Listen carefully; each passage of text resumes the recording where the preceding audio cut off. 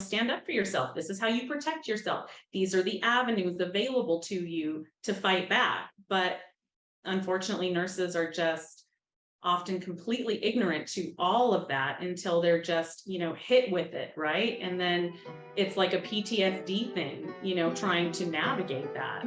It's Oh, terrible. I gotta go. I've been working, told them please don't hit my phone. I'm in my zone, bruh, just leave me alone. Was on the road, but I swear I'm coming home. Now the drinks on me, I think we need a toast. See, I did it for me. Now my old friends calling, told them nothing's for free. Told me time is money, dog, swear I paid all my fees. I was starving for this game, now my family can eat. Hey everyone, welcome to the Cup of Nurses show with your hosts Peter and Matt, two nurses on a mission to change this world one conversation at a time. So let's jump right into it.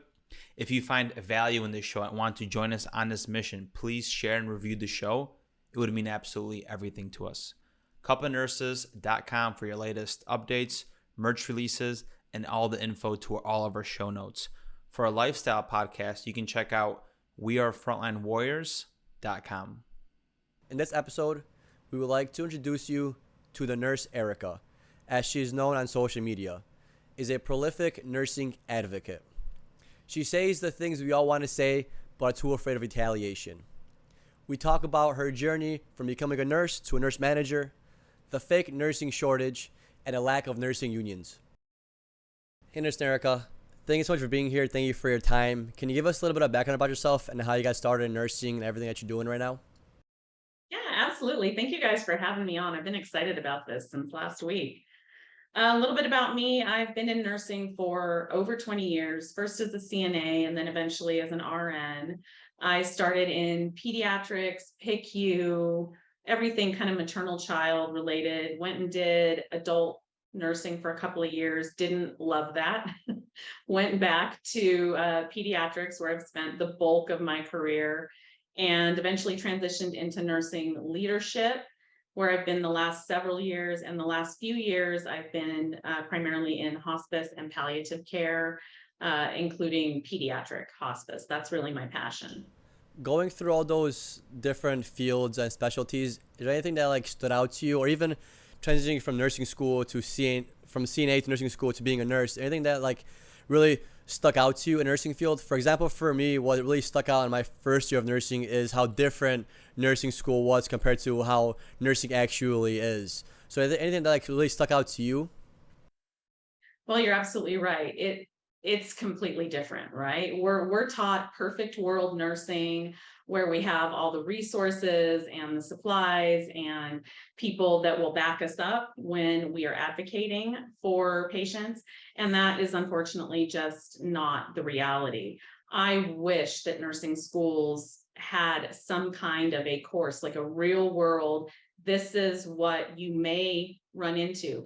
And if you do, this is how you stand up for yourself. This is how you protect yourself. These are the avenues available to you to fight back. But unfortunately, nurses are just often completely ignorant to all of that until they're just, hit with it, right? And then it's like a PTSD thing, trying to navigate that.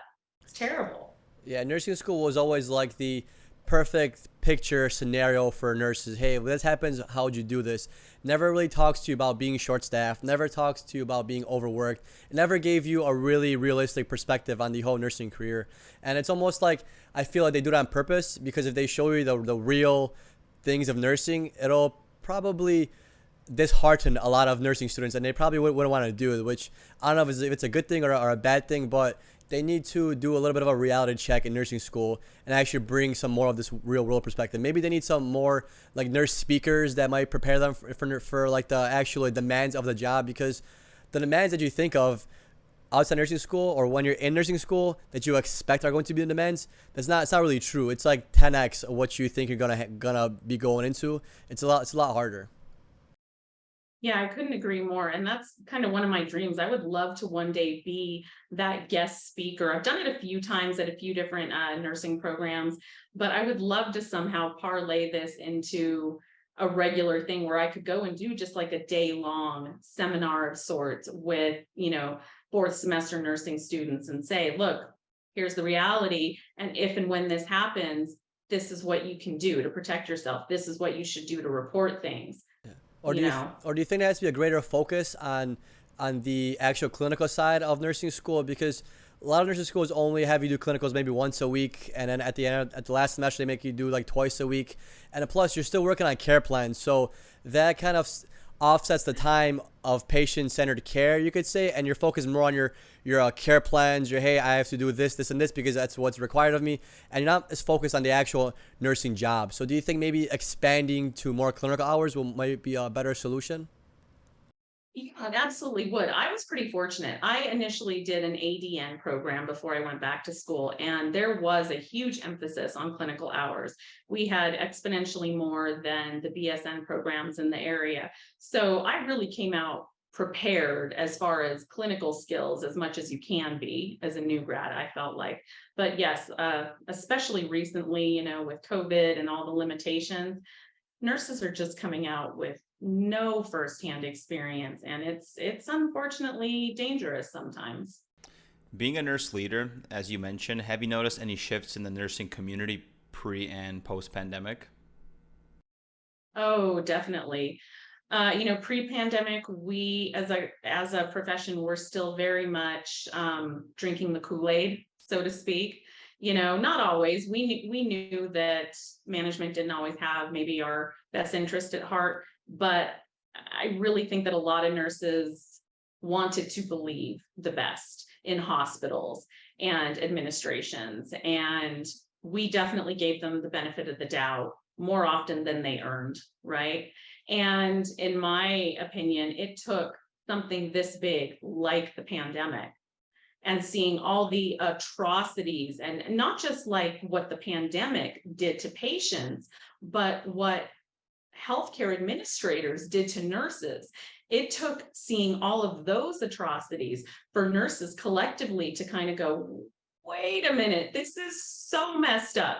This is absolutely corrupt. None of this should be happening. And now nurses are not, they're not putting up with it, right? We are just not there for the abuse. We're not there for the overtime. We're not there to be lied to be gaslit, to be taken advantage of. We're just not tolerating just about anything anymore. And I frankly love it.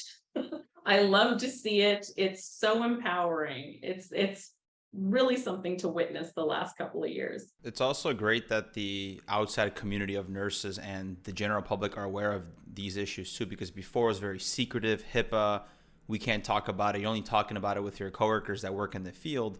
Now, as you guys mentioned, people are like, well, I want to go into nursing, but I'm hearing all these things. You guys are understaffed and the ratios. And now people are getting a general idea of what's happening. And I love that the pandemic happened, unfortunately, right? But now we're seeing these issues, we could solve them. So do you see as a leader nurses becoming more empowered post-pandemic now, and we're not drinking the Kool-Aid anymore, as you said? Well, there's still a definite challenge because unfortunately, nursing leadership and healthcare administrators, they still, by and large, are suffering under the delusion that they can still manipulate nurses, that they're still, the puppeteer holding the puppet strings and controlling us. There's not too many yet that have really embraced the fact that it has changed and it's not going back. And unfortunately, in my opinion, I think it's going to really have to crash and burn even more so than it already has, the nursing profession.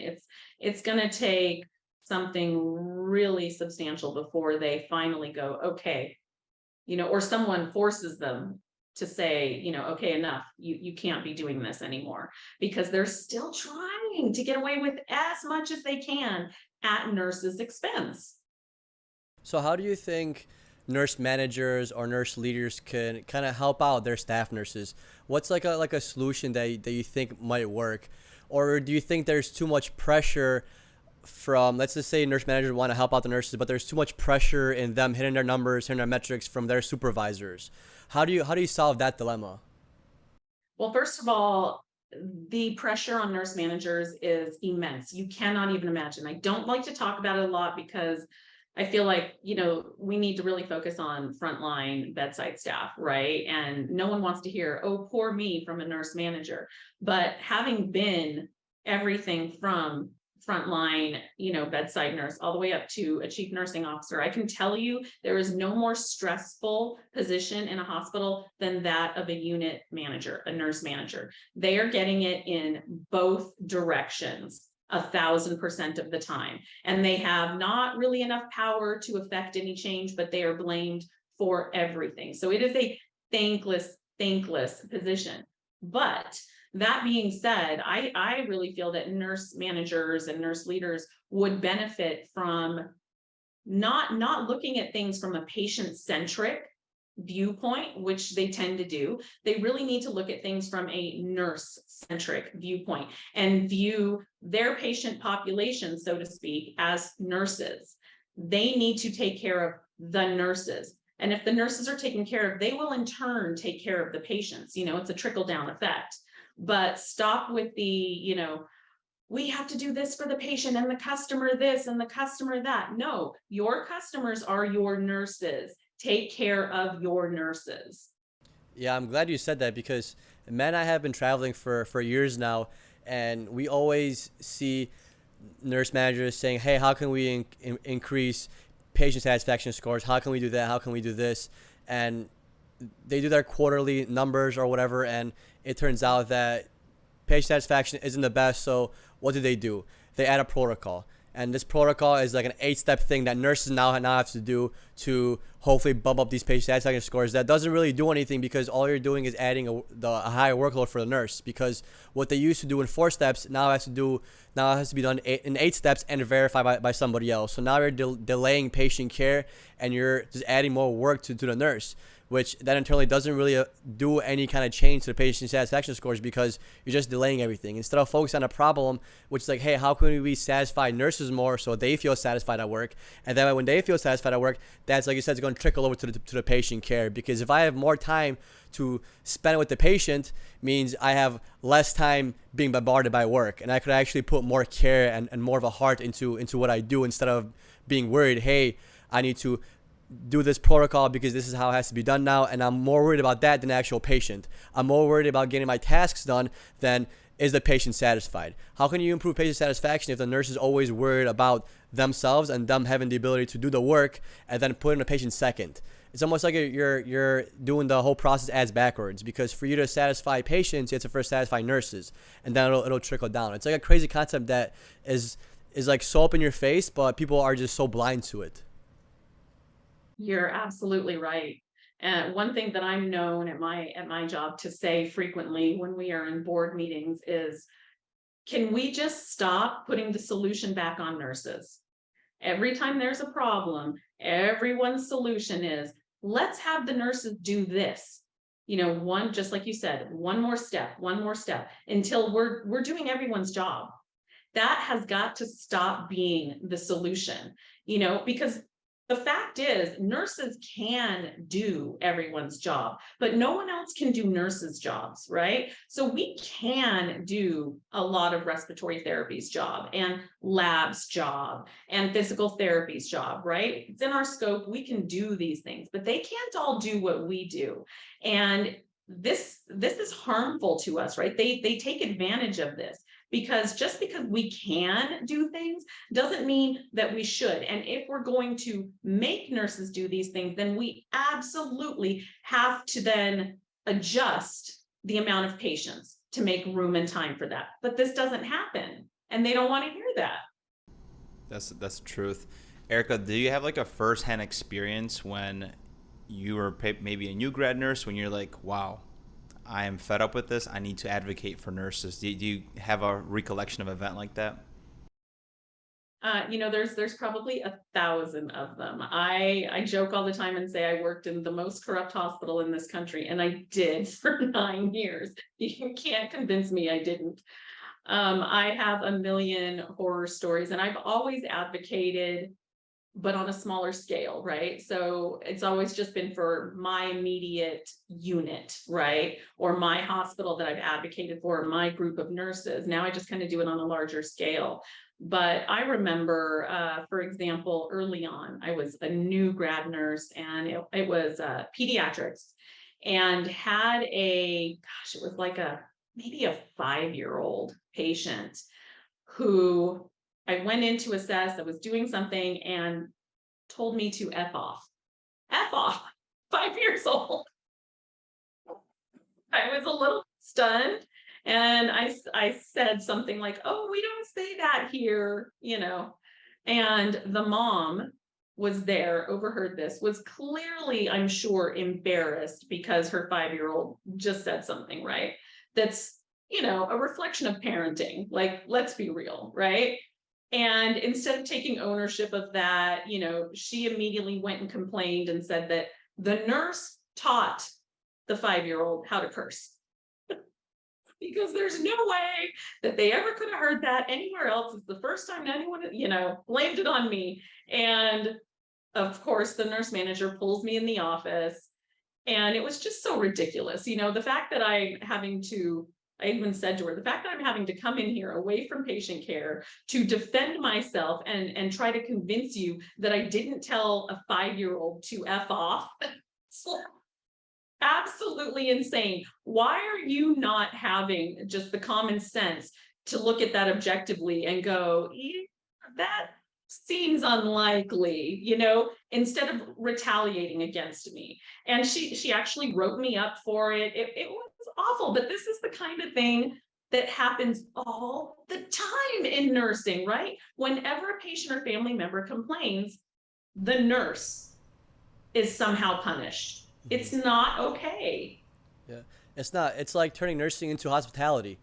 Nursing is not. Everyone says, "Oh, nursing is like a hospitality." It's like, no, I don't work for a hotel. I didn't go to school to work in hospitality. I went to nursing school so I could work in you could say a medical field, the nursing field. So I work in medicine, not pleasing every patient. Like, I'm here to help you get better. I'm not here to, go for every wish and need of you and your family. It's not how this works. Like, this is something that we have to collaborate on as a patient and nurse. This is how healthcare works. It's not, you want this, I get you this right away. It's not, yes sir, right away sir, yes ma'am, right away ma'am. And it's scary because, like, in your case, that's basically what it is. It's, they're taking a patient, or not the patient, but the family member's word over yours. Somebody that has worked there for years and years and gives their heart and soul to it. And that just shows you the disrespect. They're gonna take someone's word over somebody else's that they know to work there and to trust. It's crazy how that happens. And that's happened to me a handful of times where I realize, I'm like, wow, how did this happen, where I've been working here for years and years and years, never done anything bad, never said anything bad about anybody, and one patient complaint makes me feel like a 2-star nurse. And why am I even rated on stars? Why do I feel like a 2-star person? Why am I giving myself this kind of rating? It's not how the health system works. I shouldn't be giving myself stars or feel like I should be a 5-star nurse or a 4-star nurse. This is not, it's not like a Google ratings thing. It's crazy how that works. But when did you notice how you could say corrupt, or how big of a business healthcare really was?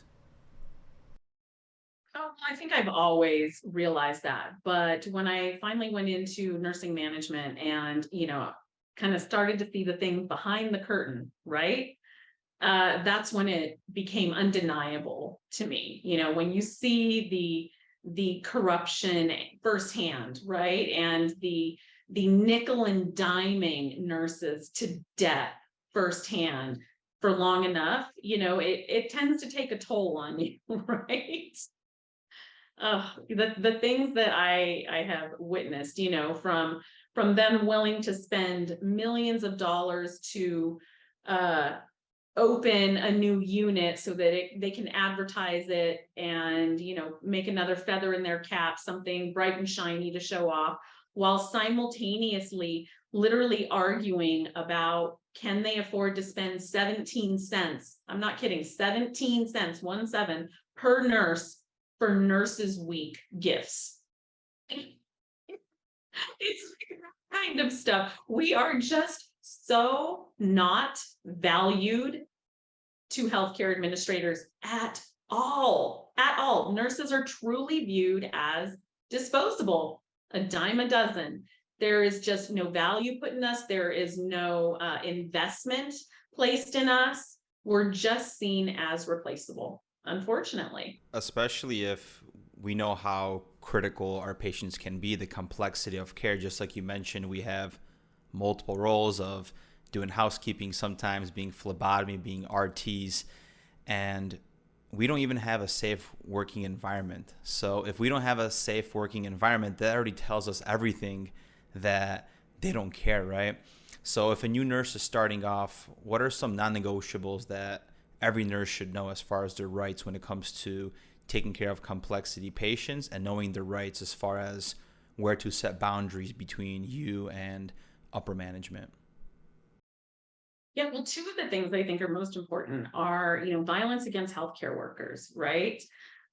So never ever should a nurse or healthcare worker be on the receiving end of any kind of physical assault, hell, even verbal assault, certainly not sexual assault, right? And if that happens, we should be encouraged to report it, right? But unfortunately, what happens is that management will discourage the nurse in a lot of places and say, you can't. Well, it's actually our right. We legally can. So they can't tell us that, but they do all the time.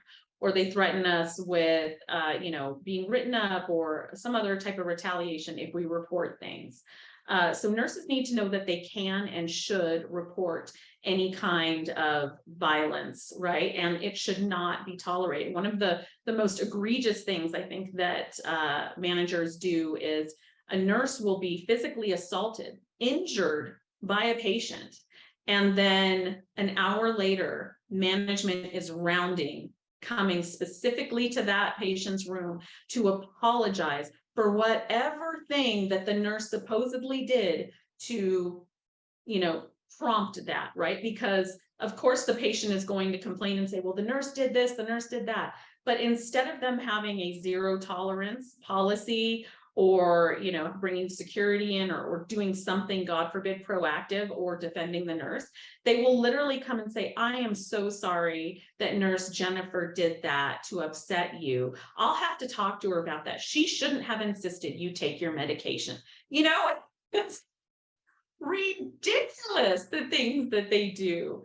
And the other thing that I really wish nurses understood is that if you report unsafe working conditions, right, whether that be patient safety or employee safety, anything unsafe, you have reported it, you have made leadership aware of this, and then if you are retaliated against, that often makes you what's known as a whistleblower. And there are certain legal rights that come along with that. But unfortunately, what we see is that nurses are retaliated against and they get fed up and they quit and they move on to the next job. Or sometimes they're terminated and they just move on instead of fighting back. But they have to understand you reported this and then you were retaliated against. There are very clear laws about this, and there are organizations that are set up to take those kind of reports and investigate it. And the reason that they get away with it so much is because almost no one in nursing ever reports these things. So two things there. It's interesting how you said the workplace violence, because if you punch a cop, a bartender, anybody else, you get arrested. And in this case, if something happens to us as far as violence, for one, management goes and apologizes. Second, they come up to you. What have you done differently? And we need some kind of figure out an action plan for the nurse versus that patient that caused this thing.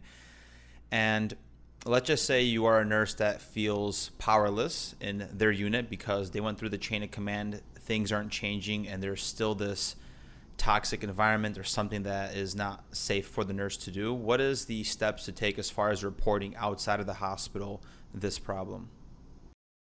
Well, it really depends on what it is that you're reporting. So if you're reporting some kind of a employee safety issue that is environment based, like for example, they're using some toxic chemicals to clean the floors or something, and nurses are starting to, have respiratory reactions, something like that, that's going to go to OSHA, right? If you're reporting things that have to do with maybe not being paid appropriately, that's going to go to the labor board. If you're reporting things like I think Title IX or Title VII, I always get them mixed up, protected classes like race, ethnicity, gender, sexual orientation, all of that, that's going to go to the EEOC. So it really just depends on what type of unsafe conditions or retaliation you're enduring. And I actually recently set up a dedicated portion of my website at nurseerica.com just for these reporting purposes, because it's so convoluted. It's so complicated to figure out who to report what to. I have done just about all of these reporting systems over the years, and it's overwhelming. I think they purposely make it complicated to dissuade people from doing it.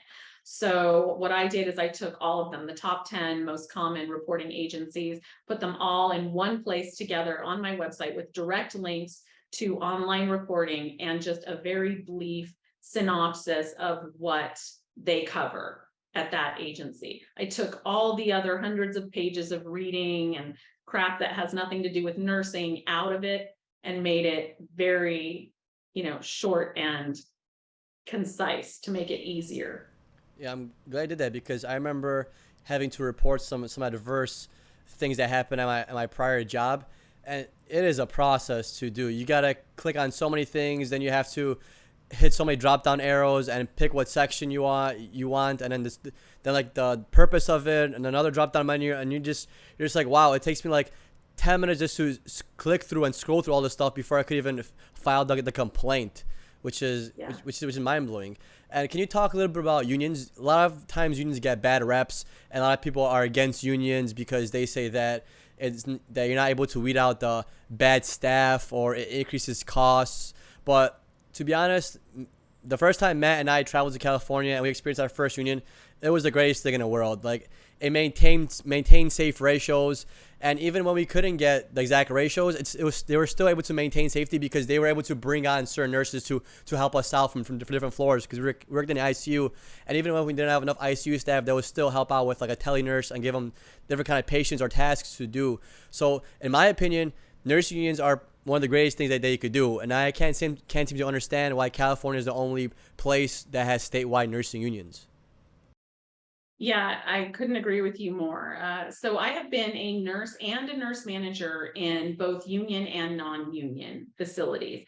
So that argument, which you're right, is one of the most common ones people throw out, is that unions protect bad employees and you can't get rid of bad employees. I can tell you firsthand that that's absolutely not true. Now, I freely admit it is more challenging, right? But that is my cross to bear, as a nurse manager, right? Not everyone else's. So if that means I have to spend a little bit extra time documenting things, showing progressive discipline with a problematic employee, then that's what I have to do. But I have certainly terminated problematic employees, multiple, as a nurse manager with a union in place. You can certainly do that. So that's not true. It's just that it's a little bit more work, right? But ultimately, that's the kind of protection that you want, right? Because if you as a good employee are being retaliated against or something, you want someone to make sure that they're not just throwing you out, that there's actual documentation showing that it's warranted, right?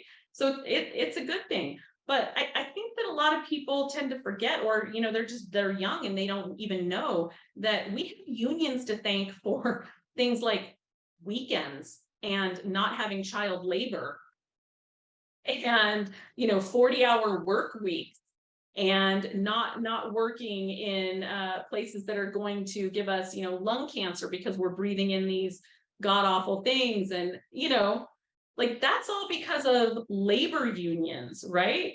No one seems to recall that. The unions really get a bad rap the last kind of generation or so.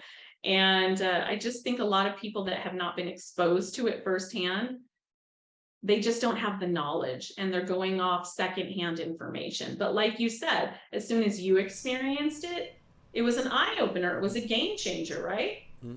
Yeah, another thing that people debate with nursing unions is that it's expensive. And Matt and I actually looked into a few hospitals' revenue, and these hospitals don't have revenue, and they're nonprofit hospitals to begin with. the revenue isn't like 5 million, it's not 10 million, it's hundreds of millions of dollars, like 500 million, 600 million.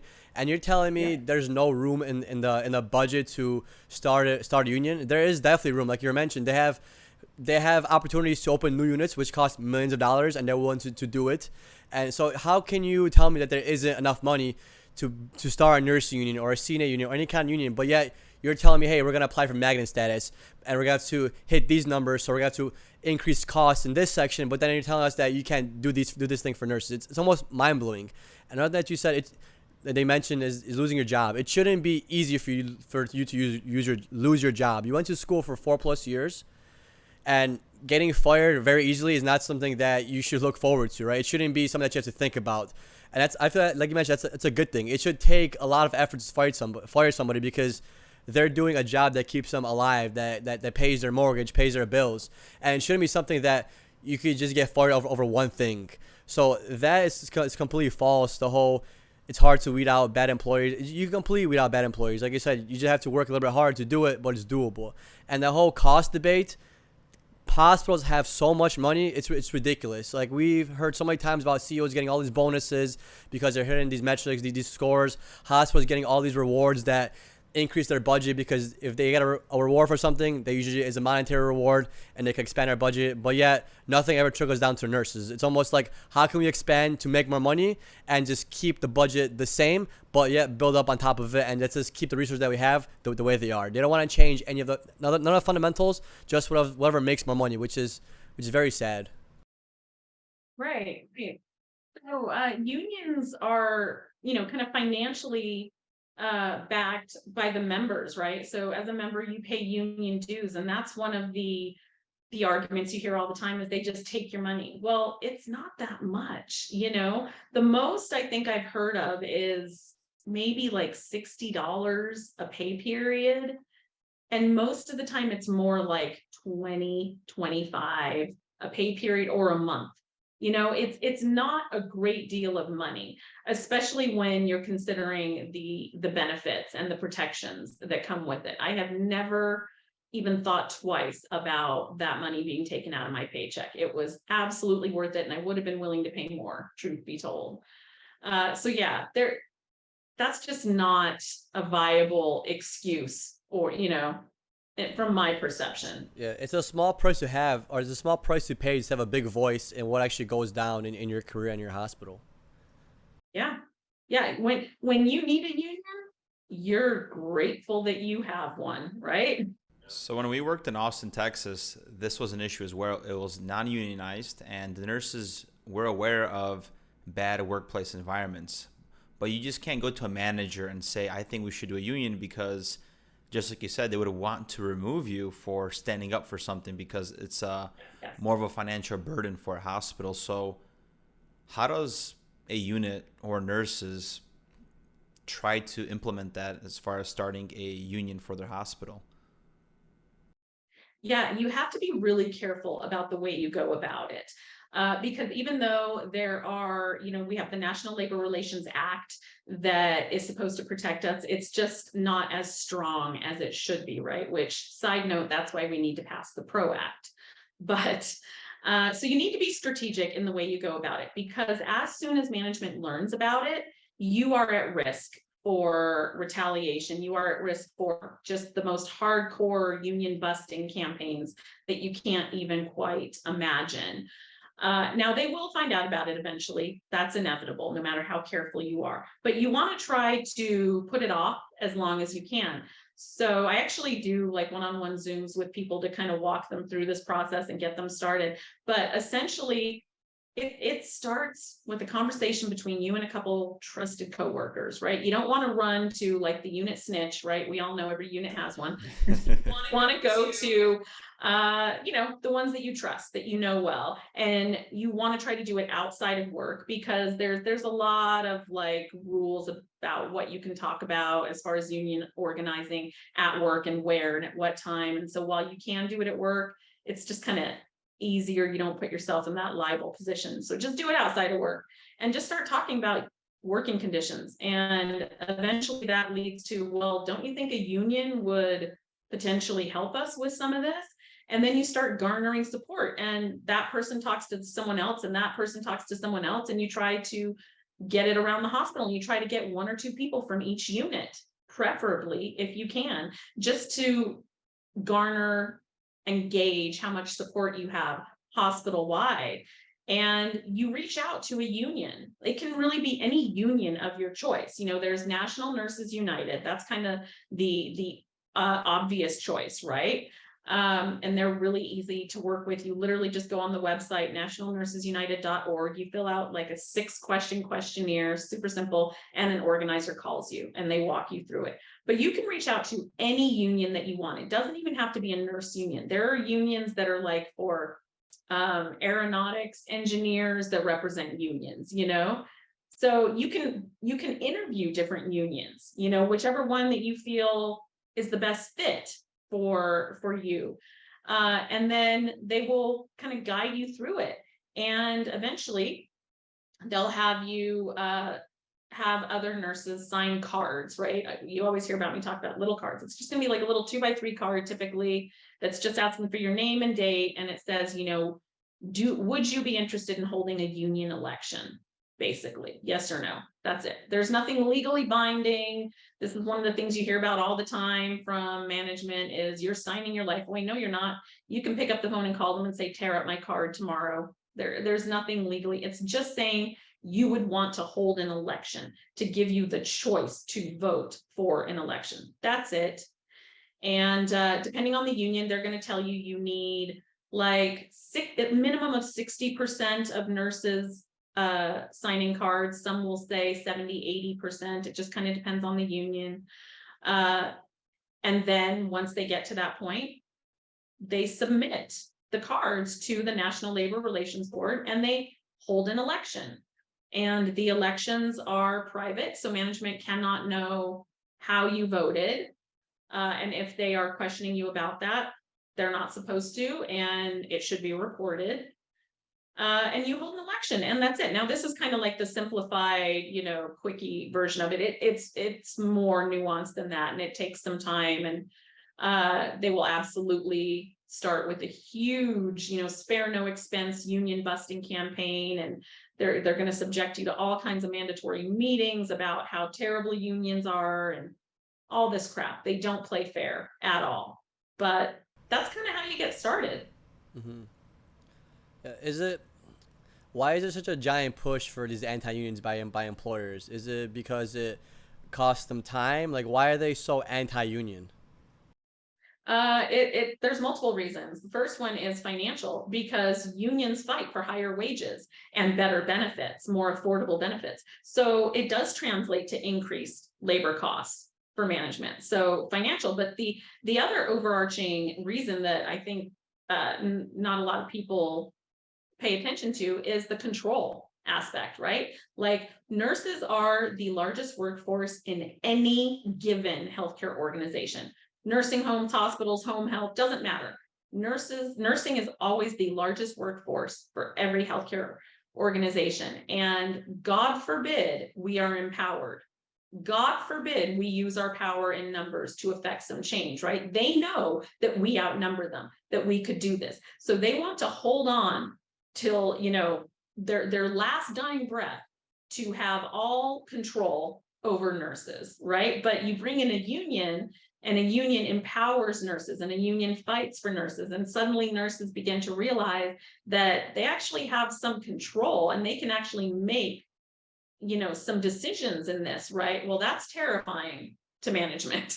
They don't want that, and they will spend millions, hundreds of millions of dollars to fight a union instead of just giving the $1 raise. It's ridiculous. Yeah, and it is a giant power switch, because if nurses have a union, now that say goes to thousands of nurses instead of the handful of managers or the handful of CEOs or supervisors that actually hold the power. The power definitely switches hands, and it's crazy how nurses they're the highest in numbers in hospitals. Yeah, like you said, they have the least say, and it's crazy how that works. We have the least say, but there's so much of us, and yet we're the ones that are always being told what to do without having any kind of, without even being questioned. Hey, do you want to do this? Hey, do you think this is a good idea? It's just the management decides on something, the higher ups decide something as well, and then we don't even get a say in, hey, this is a good idea, this is a bad idea. We just have to do it, and it's very true. Like, I never even thought about that. It's a giant power flip if nurses have unions, because then we have the say and we're the most abundant out of all the healthcare professions. And the crazy thing is like, it's just like, are the physicians scared of nursing unions as well? Do you know? Because as like nurses, we have nothing against physicians. We have no problem. We work great with them. Or is it just the supervisor managers that are scared? Do you think physicians are fearful of that? Because if they are, they're not in a fear, because we're not going to go after them, you could say. We're not going to go after anybody. We're just going to go stick up for ourselves. We have no bad intent as nurses and unions. Yeah, in general, providers they don't start out being afraid of unions, but you have to understand that just as much as nurses are subjected to the anti-union campaigns, they put the physicians and providers through that too, because they know that unfortunately has influence on us, right? So unfortunately, they are often manipulated into all this crap and believing that unions are bad, or that the hospital is going to have to close its doors because they can't afford all of this. And so they think that they're advocating maybe for the hospital, or they are also just uneducated about unions, right? There's very, very few physician-led unions, right? So it's not something they're usually familiar with, but they're just kind of regurgitating what they've been spoon-fed a lot of the time. Yeah, I mean, sorry, man, one more thing. Physicians get paid a lot. So I feel like physicians are very satisfied with their income. Nurses are the ones that are kind of least satisfied, because physicians, they're also in power. They lead the care. They're the ones that also say what to do, and the nurses that have to follow their protocols and whatever they decide. So it's like they're comfortable with their role. So it's almost like they don't need to unionize as much as nurses do, because they technically do have a say. They have a say in the care, and they also make the hospital money. So obviously, supervisors and the CEOs and all that, they're gonna listen to the physicians, because the physicians bring in the patients. Like in my home unit, when I used to do staff, cardiology was a big time player in our hospital, because cardiology brought in the most patients, the most expensive surgeries. We did heart transplants, LVAD, renal transplants. So everything the physicians wanted, they basically got catered to, because they were just really good at their job and they brought that money in. So it's like they don't need those unions, because they're very satisfied. Nurses are the ones that are always getting beat down, and they're always the ones that are getting pushed to do more. And that's kind of where union comes in to represent them, because they always say the bottom of the totem pole. So if you're at the bottom of the totem pole, you have no say, you just follow orders. What kind of power do you really have? You don't really have much power until you unionize. Yeah, well, not only do they have obviously much better pay, but they're respected, right? And they're valued because providers generate revenue, right? Their services are billable. Nursing services are not billable. We do not generate any revenue. So we are really looked at as a necessary evil. They know that they need nurses to run the hospital, but they wish that they could come up with a way to run the hospital without nurses, right? We cost them too much in their perception. So yeah, physicians are not only paid better, but they're treated better because they're the ones bringing in the money. Yeah, it seems like the old school tactics of divide and conquer is happening amongst nurses, where if you keep them, playing the blame game, we're not going to establish unions. Just like United States as an example, there's 435 representatives that create change. If we instead weren't fighting amongst each other and said, hey, you guys are representing we the people, this is what we want, change would happen. But instead we're playing the finger game, and this is happening, and race war, etc., all this other crazy stuff that's happening, and it's just leaving us divided. I noticed a reel before the show, so I added this question on, and I noticed you were talking about nursing shortages. So I want to hear your perspective. It's definitely unique. Peter and I always have the perception that the baby boomers are retiring, the nursing schools aren't pumping as much nursing students out, or people don't want to go into the nursing career. I was on a nursing conference last week. I've heard the same thing, where there's a lot less seats in a nursing program. So is there really a nursing shortage? Absolutely not. Nope. This is literally propaganda created by healthcare administrators so that they can get away with staffing less. because they can blame everything on this convenient nursing shortage. There are more registered nurses in this country right now than ever before in history. Think about it. Everybody knows nurses. How many nursing schools are near you? And they're graduating how many students 3 times a year, typically, right? Why are so many nursing students turned away from every nursing program every semester? Like, people are actively trying constantly to get in into the profession and into the schools, right? Nurses are abundant, nurses are everywhere. Unfortunately, we are not at the bedside because we have been treated so poorly for so long. But there are plenty of nurses. To blame it on a nursing shortage, that's a misnomer. That is not an accurate representation at all. They're just not where you need them. And that is because of the way you treat them, right? But it's such a convenient excuse. And like you said, yeah, the baby boomers are retiring. I heard that in school 20 years ago. They've been saying that forever. There are so many nurses. If you just treated them well, look at California. I'm sure you guys noticed there are senior nurses everywhere, right? That are staying at the bedside, that have been nurses for 20 plus years, right? It's not just new grads everywhere. And that's because they're paid well and they have protections and they have mandated staffing ratios, right? If you treat them well, they will stay where you need them. Erica, so do you think it's a cheaper business model for hospitals to get rid of staff, essentially, as far as nurses bedside, and have agency maybe travel, or have this contracted nurse model where they save money, where they don't have to pay for 401k, pensions, and benefits? Yeah, it's complicated when you get into travelers. There's lots of different components to it. But yes, they do save money with travelers. People don't understand that. Now, this is even pre-COVID. So they're not having to pay for any kind of health benefits, PTO, time off, like any of that stuff. So they actually save money oftentimes with travelers. The other thing is that it comes out of a different budget. So it doesn't hit their bottom line in the same way as all the FTEs, the full-time employees do, right? Like, that's a budgeted, decided on amount, right? But travelers kind of come out of a different budget. So it doesn't hurt quite the way you think it would. And of course, during COVID, they have taken, I shouldn't say all of them, but the vast majority of them, right, have taken these COVID relief funds and misappropriated them. I mean, let's be real, right? So some of that is being used for travelers, which is fine, like, that's appropriate, but a lot of it is not being used the way it was meant to be, right? So yeah, travel nurses get a bad rap, that they are the ones that are greedy, or they're costing hospitals too much money and they're the problem behind increased costs. And it's not that. Stop blaming the nurses that are just trying to empower themselves and have a little more say so and control over their own career. Yeah. So what you're saying is that there's not necessarily a nursing shortage. It's just nurses don't want to do bedside anymore, right? A lot of them just go to plastics or work at a clinic, or they just become NPs or go to CRNA school. So the issue isn't that there's not enough nurses. It's just that working bedside sucks.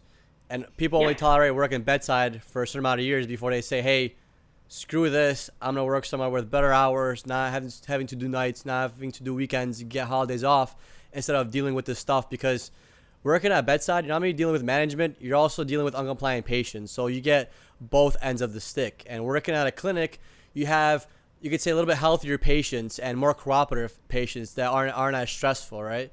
So I'm glad you brought that, because I never thought about it that way. Because to my knowledge, I always saw that there is a nursing shortage because I always work bedside and I always see a lack of nurses. So to me, when you said that there isn't a shortage, I was like, how is there no shortage? Every time I come to work, every hospital I've been to, they lack nurses. But then I'm like, they lack bedside nurses. There's not enough. It's not that there's not enough nurses in the United States. It's that there's not enough bedside nurses, because bedside really, really sucks.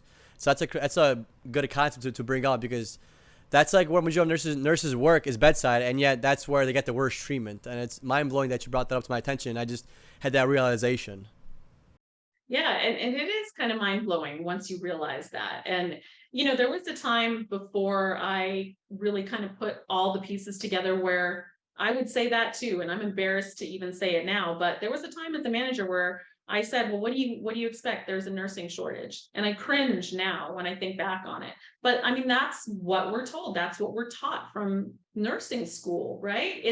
It's ingrained in us, and the public knows it, and everybody knows it, and it's everywhere. It's in every article. Nursing shortage everywhere, but you have to take a step back and look at it objectively. And simple things like going on, the Bureau of Labor Statistics and just looking at the numbers, and then just sitting back and going, yeah, the nursing school here in my city just turned away like 250 qualified applicants last semester. What does that tell us? And this is happening everywhere. Yeah. So basically, this is just an excuse for hospitals to say we can do more with less because we have Yes. the fabricated Exactly. the propaganda to push our agenda of continue cutting costs and having a nurse do double the work or whatever the case is. Yeah. Can you think of a better excuse that takes all the blame away from management other than a fabricated nursing shortage? Because it basically absolves them of all responsibility, right? Because they can say, look, nursing shortage. I mean, we're trying to hire, but there's a shortage. We all know there's a shortage. So there's just not enough. We can't provide enough nurses, but it's not our fault. It's beyond our control. It's like the perfect alibi, right? Erica, one last question we like to ask all of our guests. So if you had an opportunity to have a cup of coffee with anybody one last time, who would it be and why? It would have to probably be my ex-husband, which I know sounds a little odd, but he passed unexpectedly shortly after we were divorced when my kids were young, and far too early. And I would like to be able to have that one more conversation with him. Absolutely. What did you really want to ask him or talk to him about? Maybe just reassurance that it'll be okay, that I'll take care of them. I'll carry on. That's really powerful. Yeah. Nurse Erica, where can people find you? Your social media accounts, your website? Yeah, so I'm at nurseerica.com, and I am at the Nurse Erica on TikTok, Instagram, YouTube, and on Facebook. I am just Nurse Erica. I don't know why I dropped the just to be complicated. But you can find me just about everywhere. I just recently started a new YouTube, and I'm trying to figure out podcasting. I don't know what I'm doing. You guys got to give me some tips, maybe. Okay, let's do it. Erica, we just want to acknowledge you for your time, for getting on the show. Thank you so much. And thank you for being such an amazing advocate for nurses and the nurses that want to speak up. You are there for them advocating. So we really acknowledge and appreciate you for that. Thank you. I appreciate that.